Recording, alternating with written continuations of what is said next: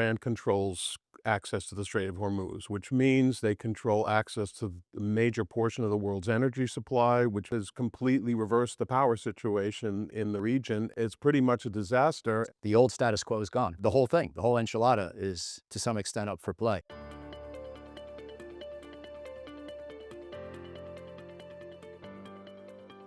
Hi, this is the Brookings Current from the Brookings Podcast Network. I'm Melanie Sisson, a senior fellow in foreign policy here at Brookings, and I'm joined today by two fellow senior fellows, Bob Kagan and Mike O'Hanlon, to share our latest thinking on the course of U.S. military operations against Iran.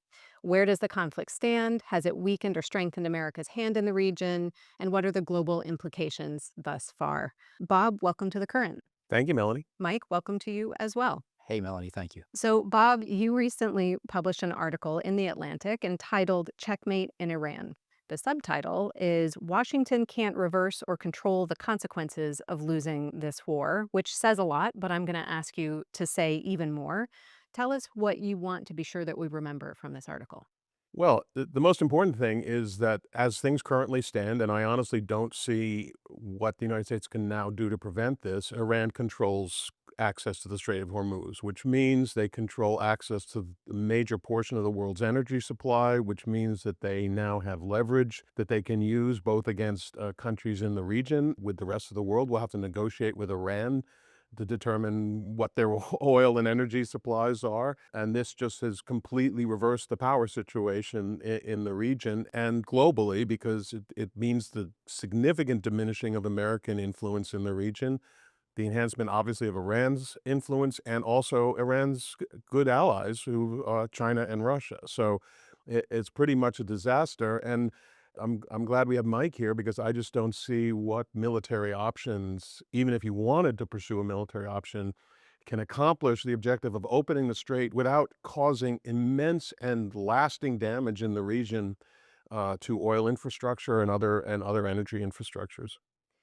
Before we get into some of the very specific military implications and other dynamics that Bob mentioned, Mike, I wanted to ask you, on a scale from, sober and straightforward analysis to worst case scenario catastrophizing, where do you think Bob's assessment, analysis, and article fall? It's a really important article because I think what it does is what I would define as the plausible worst case. I always say to my students who are learning defense analysis, you never want to have a point estimate, and certainly not just a happy estimate of how a war is going to go. And we've seen this through history. The Germans with the Schlieffen Plan, Lincoln not being ready for the Civil War, if you want to go back that far. But anyway, Donald Rumsfeld having a shock and awe idea for how to win the Iraq War fast.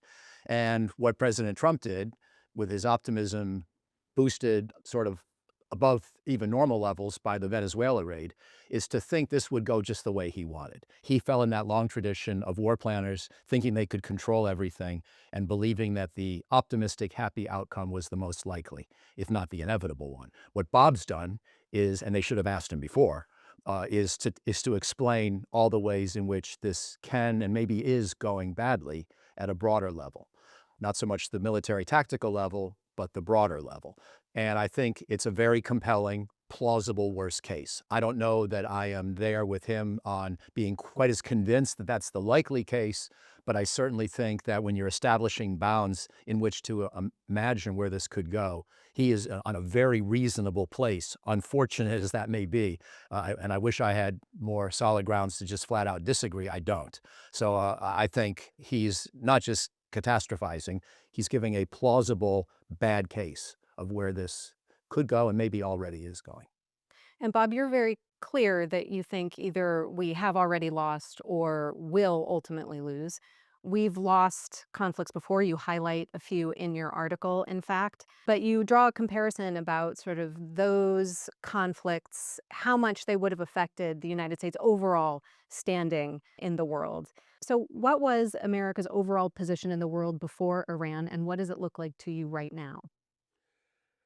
Well, again, as you say, we have failed in conflicts before. Vietnam is a notable example. I don't consider Iraq a complete failure. I think it's a mixed picture, but certainly it did not turn out the way we wanted to. But the question is, what were the strategic ramifications of those failures? And in the case of Vietnam, as high a cost as it was, it ultimately didn't have a huge strategic impact on the United States. And Iraq, I think, was saved to some extent by the surge, which I know that Mike supported at the time, which at least put us in a situation where the United States ended the Iraq War still in a fundamentally dominant position in the region, still with the Strait open, with oil prices at reasonable levels, etc.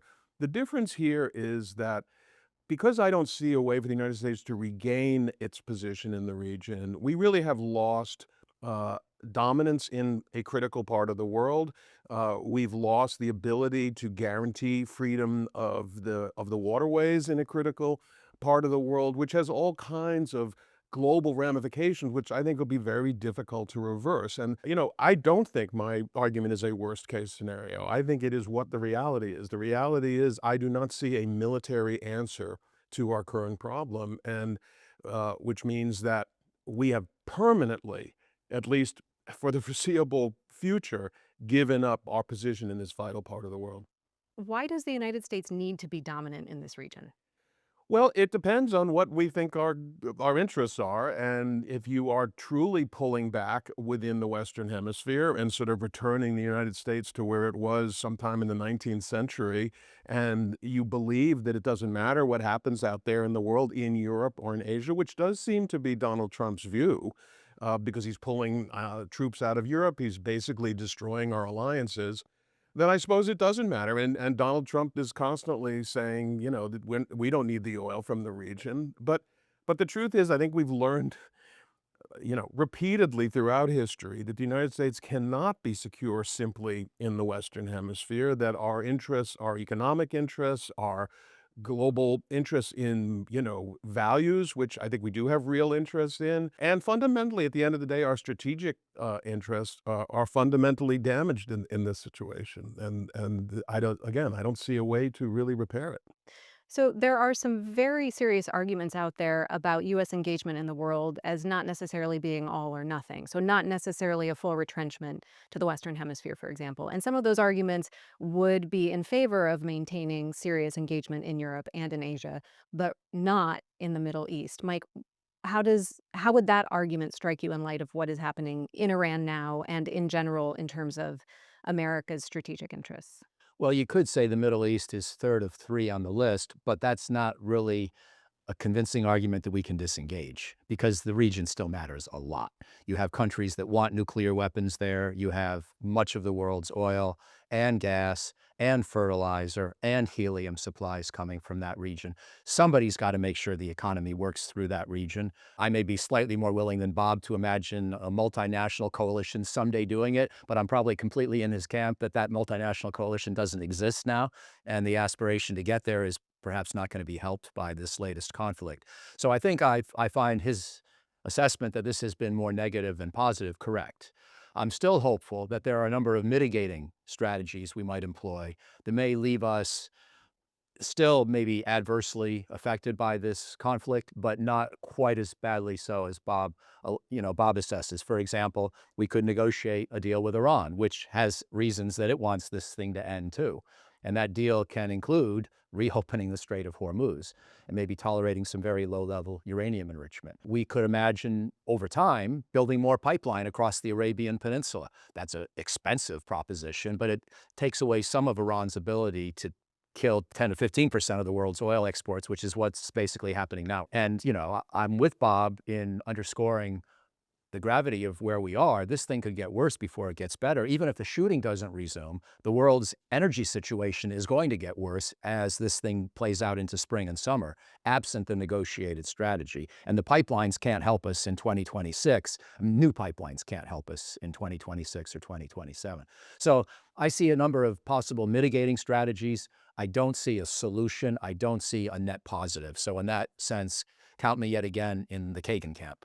When you say a deal to open the strait, I just don't see any deal to open the strait that does not include Iran in control of the strait. So it would be open in the sense that Iran is allowing uh, trade to move, ships to move through it, but only under Iran's terms and only when Iran feels like it. That's the real problem. And again, is there a military answer to that problem? Otherwise, I would say Not only do the Iranians stand enormously to benefit from that, which is a reason why they won't give it up, I think they believe it's vital to their continued existence. What's to stop Trump from turning around 6 months from now if you're Iran and attacking them again, regardless of what deal's made? Trump has proven himself completely willing to break every deal that he's made almost within minutes of making it. So that's a problem.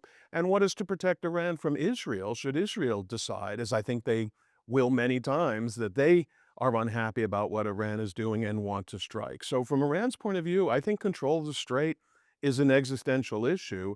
And so nothing short of really wiping them out is going to change that. And that's why I'm so pessimistic about the possibility of reversing this defeat anytime in any in any strategic window that matters. Well, I would just add that I think we have leverage in the sense that our counter blockade is very effective at shutting down Iran's economy.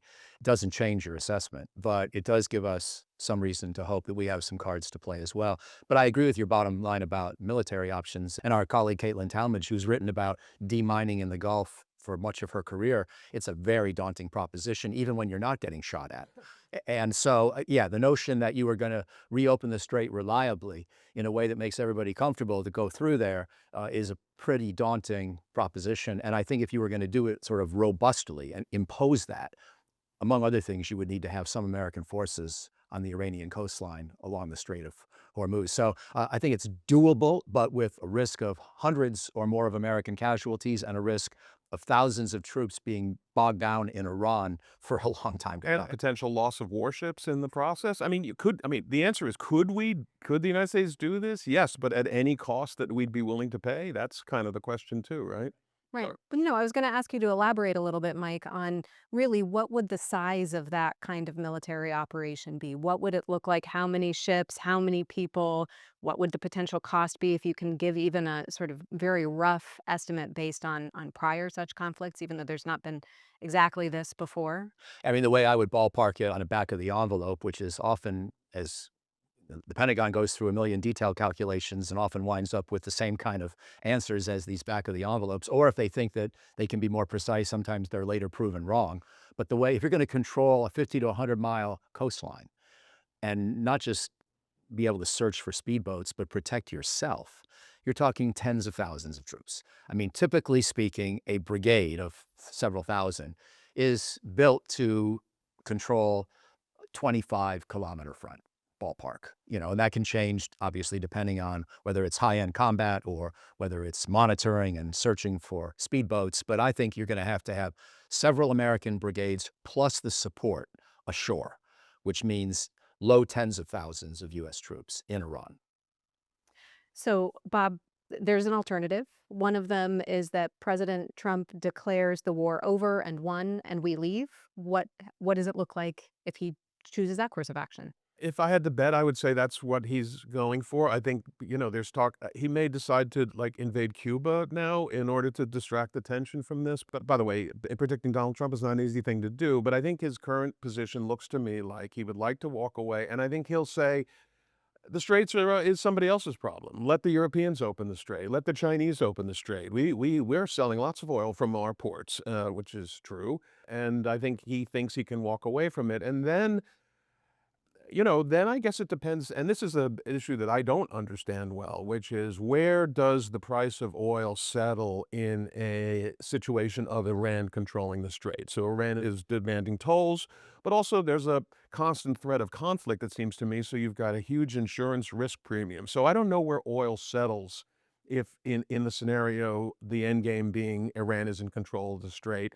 It could be that it settles at a new high that everybody just gets used to. I suppose that is a possibility. So therefore, the American economy may sort of adjust to it in some way, but still the geopolitical ramifications will be impossible to miss. Although, well, how much the American people care about that, I don't know. So that's why my guess is Trump, looking at his what is now a terrible situation, his choices are walk away, try to change the subject, and hope that, he at least can survive.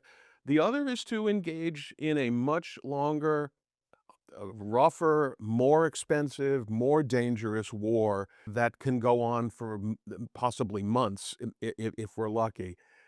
I think faced with those choices, he's going to try to walk away. So walk away or go in further. What about just maintaining the status quo where we are? What about just continuing to draw this along and wait for conditions to change and see what happens? Well, then the question is who can deal with this longer? And plus, Iran doesn't have to sit there and allow this to happen. This is the other part of this. Iran has options which they are exercising now. The occasional drone is all it takes.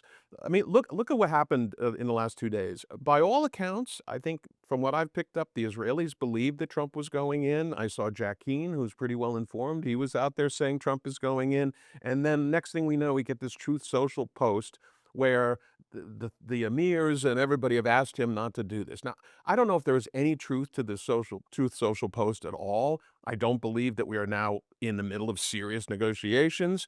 I do believe it's possible the Gulf states begged him not to do this precisely because they know that they're the ones who are going to pay an enormous price for this. Setting even aside, could we do this militarily?